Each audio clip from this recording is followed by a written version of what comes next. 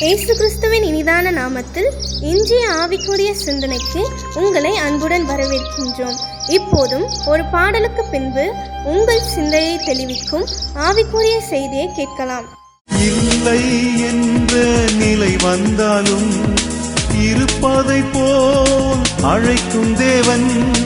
இல்லை என்ற நிலை வந்தாலும் இருப்பதை போல் அழைக்கும் தேவன். உயிர்ப்பிக்கும் ஆவியினார் உருவாக்கி நடத்திடுவார். உயிர்ப்பிக்கும் ஆவியினார் உருவாக்கி நடத்திடுவார்.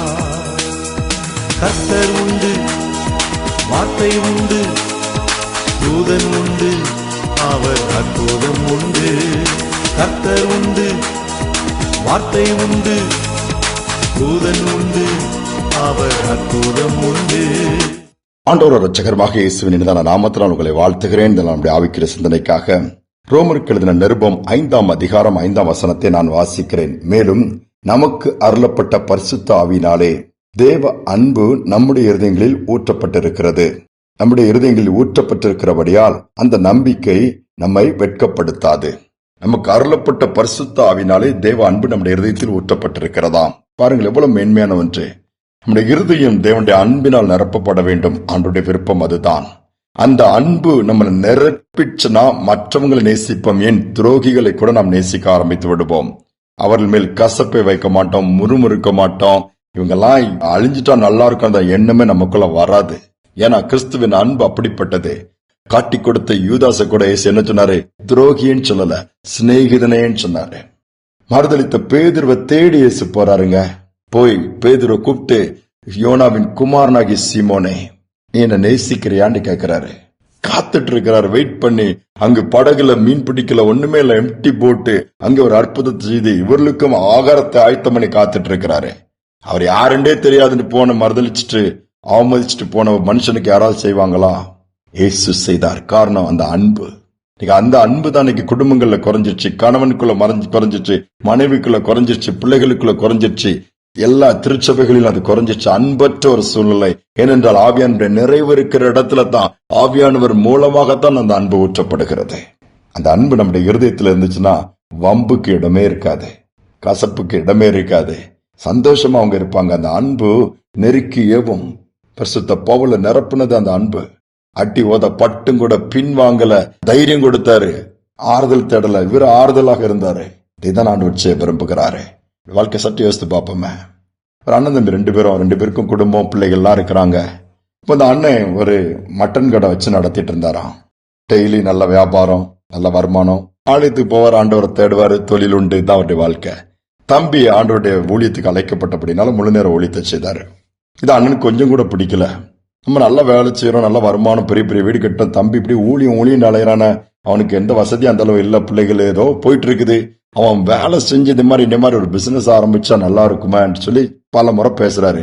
ஏதாவது செய்ப்பா, தொழில் செஞ்சுட்டு ஏதாவது பண்ணிட்டா அன்று என்ன முழு நேரம் அழைச்சிக்க, அதை தான் விட்டு வர முடியாது. அப்படி பட்னி தான்ப்பா கிடக்கணும். பட்னி கிடத்தாலாம் பரவாயில்ல, ஆண்டவர் அழைப்பை அப்படி விட முடியும். சோர்ந்து போகல. அவர் என்ன பண்ணார், டெய்லி இந்த அண்ணங்காரர் கொஞ்சம் போய் மத்தியான சாப்பாட்டுக்கு அல்லது இரவு சாப்பாட்டுக்கு கொஞ்சம் மட்டன் கொடுப்பாராம். இதை சமைச்சு பிள்ளைகள் கொடுப்பான்ட்டு. தம்பி தன்னுடைய வார்த்தையை கேட்க மறுத்ததுனால அதை கொடுக்கறத நிறுத்திட்டாரு. நான் நீ தரமாண்ட பாட்டு சொல்லிட்டு போயிட்டாரு, கோவத்துல திட்டிட்டு. தம்பி கவலைப்படல, கர்த்தர் பார்த்துக்காரனே ஆண்டவர் நடத்துவார்னு விட்டுட்டாரு. அடுத்த நாள் காலையில இவங்க அதை பற்றி மனைவியும் கவலைப்படல, பிள்ளைகளும் கவலைப்படல. ஆஸ் இட் இஸ் இருக்கு, அரிசி வச்சு குழம்பு வச்சு வெஜிடேரியன் சாப்பிட்டுக்கலாம், அது ஒன்றும் பிரச்சனை இல்லையே, இது இல்லாம முடியாதான்னு அப்படி பண்ணி எல்லாம் ரெடி ஆயிட்டு இருக்கும்போது அன்னைக்கு காலையில பிரேக்ஃபாஸ்ட் முடிச்சுட்டு மத்தியானம் சாப்பாட்டுக்கு மனைவி ஆயத்தம் பண்ணும்போது டொப்புண்டு அந்த அவங்க வாசல் மன்னர் சத்தம் கேட்குது. பார்த்தா ஒரு கேரி பேக் விழுந்து கிடக்குது. அது என்னன்னு பார்த்தா கருப்பு கலர் கேரி பேக் கட்டு கிடக்கும் போது அதை போய் எடுத்து பார்த்தா அதுல கொஞ்சம் மட்டன் பீஸ் இருக்குது. யார்டாங்க தூக்கி போட்டா காகம் அதை தூக்கிட்டு வந்து அவங்க போட்டுட்டு போயிடுச்சு. அது யாருக்குள்ளதோ தெரியல. அதை எடுத்து சமைச்சு அன்னைக்கு எல்லாம் ரெடி பண்ணி மத்தியானம் சாப்பாடு ரெடி ஆயிடுச்சு. ஆஸ் இட் இஸ் எல்லா நாளும் செய்யற மாதிரி மட்டன் கறியா ரெடி. சரி, இவங்க சாப்பாடு எல்லாம் உட்காந்துட்டு இருக்கும்போது ஆயத்தமா இருக்கும்போது அண்ணங்காரர் திருப்பி வராரு.